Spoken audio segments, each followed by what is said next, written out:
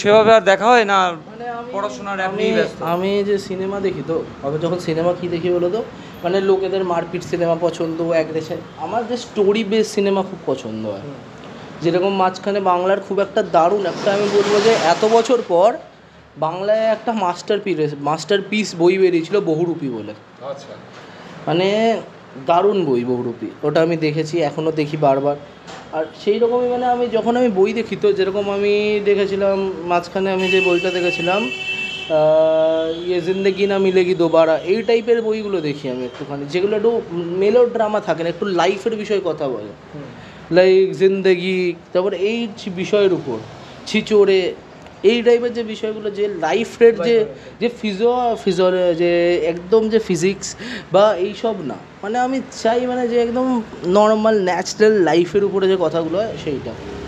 কিছু পছন্দের অভিনেতা অভিনেত্রীর নাম? আমার যে তবে মানে বাংলায় যদি বলো তো, বাংলায় যিশু সেনগুপ্ত আমার ফেভারিট। আর যদি হিন্দির কথা বলো, হিন্দিতে আমার ফেভারিট বলতে সেরকম কেউ নেই, মানে খুব একটা আমি দেখি না হিন্দি। তুমি যদি বলো লাইক সুশান্ত সিং ছিল, খুবই ফেভারিট।